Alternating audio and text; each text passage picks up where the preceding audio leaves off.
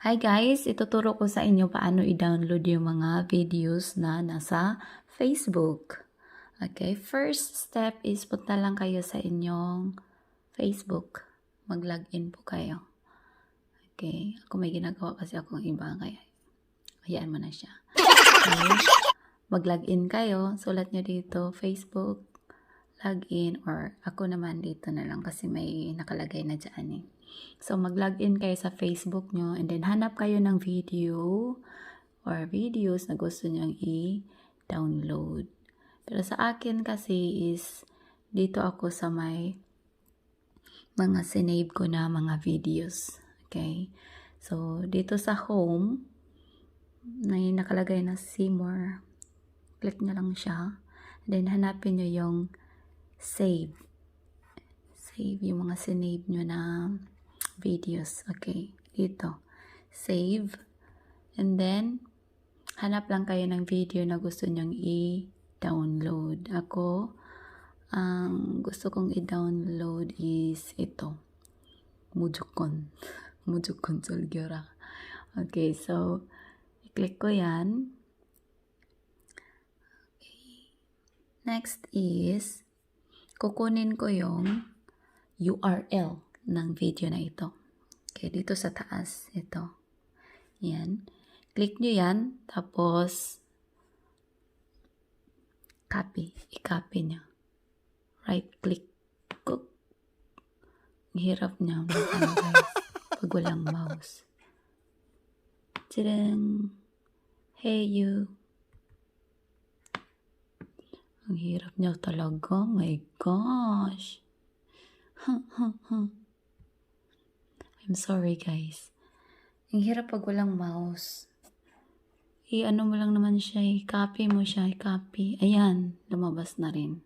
So, ito buksa. Sa akin kasi Korean nakalagay. So, buksa or copy. Copy mo siya. Tapos, mag-add ka ulit ng another, ano dito. Anong tawag dyan? Tab. Another tab. Okay. Tapos, gagawin nyo is mag-type lang kayo ng save. Okay, naka-Korean siya. Save from .net. Enter. Okay, ang bilis lang yan. Kaso wala kong mouse, kaya nahirapan ako. Sorry for that. And then, i-paste mo siya dito. Okay, right-click. Right-click. Yan. Ito, paste. Okay, paste mo siya and then click download. Okay, pag ganyan guys, pag hindi siya lalabas agad, yung mouse is itaas niyo lang siya ganyan. Ayan. Itaas niyo tapos may lalabas ng ganyan. So, dapat naka MP4 po siya. And then click niyo lang download. Ang bilis niya, 'di ba? So, next gagawin niyo is hindi dito. Huwag niyo yung pansinin. Dito kayo pupunta sa may HTTPS video.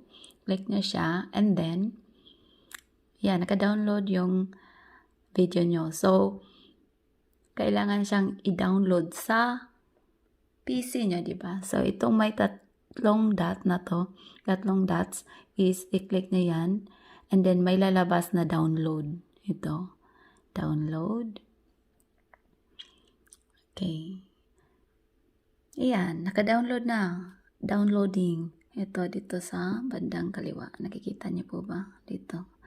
Ayan. So, pag tapos na yan, mabilis lang naman siyang download. Yan, oh. Tapos na. O yan, na-download na po siya. So, pwede nyo na po siyang tingnan doon sa my computer nyo. Okay. So, ganun lang po.